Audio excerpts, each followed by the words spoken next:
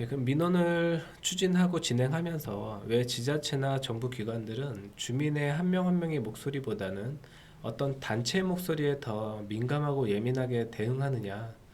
그것은 그냥 쉽게 설명드리면 한 명의 한 명의 힘보다 당연히 다수의 목소리가 더 많은 주민들의 목소리라고 표현되기 때문이죠.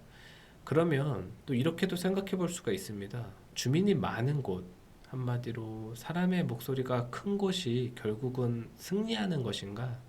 근데 저는 그렇게 생각하지는 않습니다. 왜냐하면 그렇게 따지면 전 세계적으로 봤을 때 우리나라는 힘이 없어야 되거든요. 전 세계적으로 우리나라가 인구가 많은 국가가 아님에도 불구하고 K-팝이라든지 K-문화, K-컬처 이러한 것들이 전 세계적으로 수많은 영향을 끼치고 있고 그러한 상황들을 봤을 때 결코 사람의 목소리가 작다고 해서 혹은 인원이 지지자들이 적다고 해서 그 힘이 없다라고 표현할 수는 없습니다.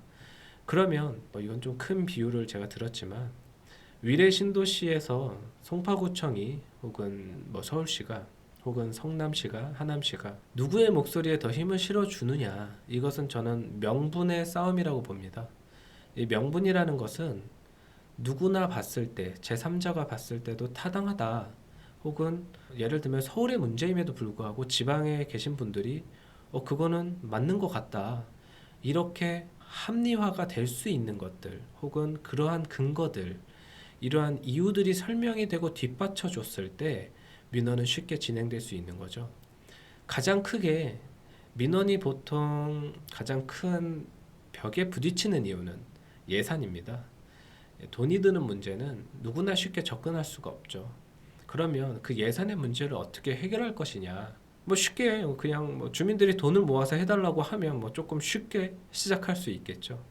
근데 또 그렇게 했을 때 그게 가능하다고 해서 그렇게 했을 때 정부 지자체의 체면이 땅으로 떨어지기 때문에 그런 제안을 할 수가 없는 것이고 설사 주민들이 그렇게 하더라도 정부 지자체는 반대할 것이라는 겁니다.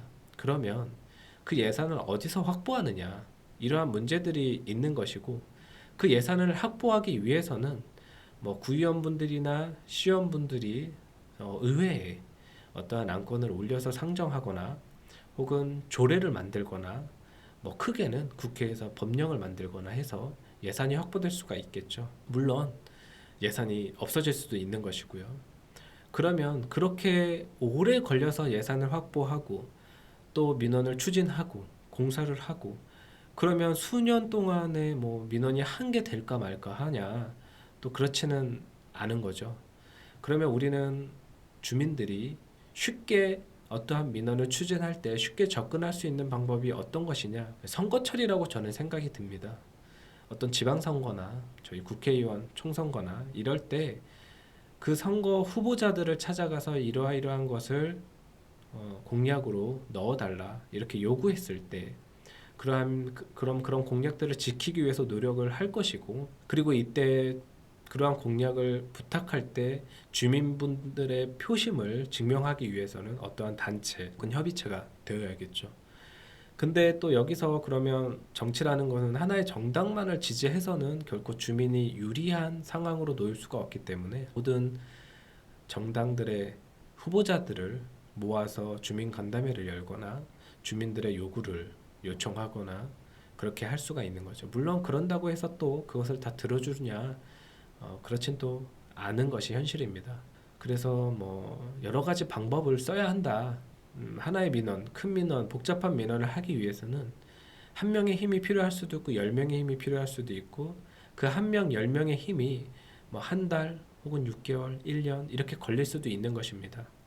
그런데 사람들은 보통 한 번 요청하고 두 번 했다가 포기하거나 한 달 내내 목소리를 높였는데 안 들어줘서 포기하거나 그런 경우가 많죠.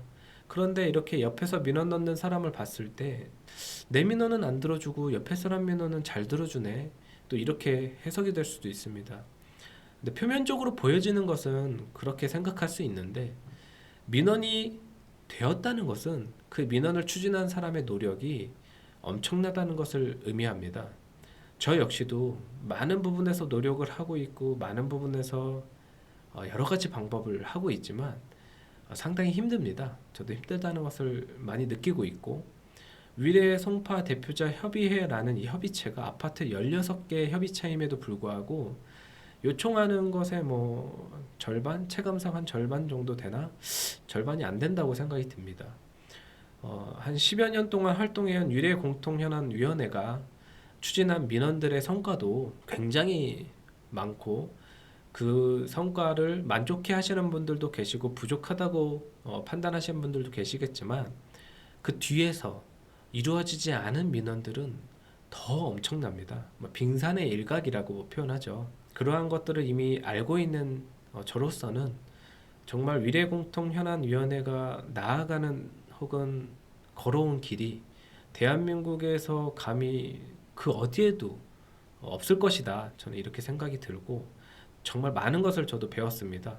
그 배웠다라는 것은 때를 써서 어떤 것을 해달라 이런 것이 아니라 정말 이 지역이 발전할 수 있고 이 지역이 발전할 때 정치적으로 어떤 한쪽으로 치우치거나 혹은 어떠한 집단에 치우치거나 그런 것이 아니라 제가 뭐 설명을 앞서 했던 누가 봤을 때 제3자가 봤을 때 충분히 타당하다 충분히 근거가 있고 이렇게 됐을 때 지역이 좋아지겠다라고 판단되는 것들 혹은 다른 지역에서 부러워하는 것들 그러한 내용들이 많이 추진됐다는 거죠.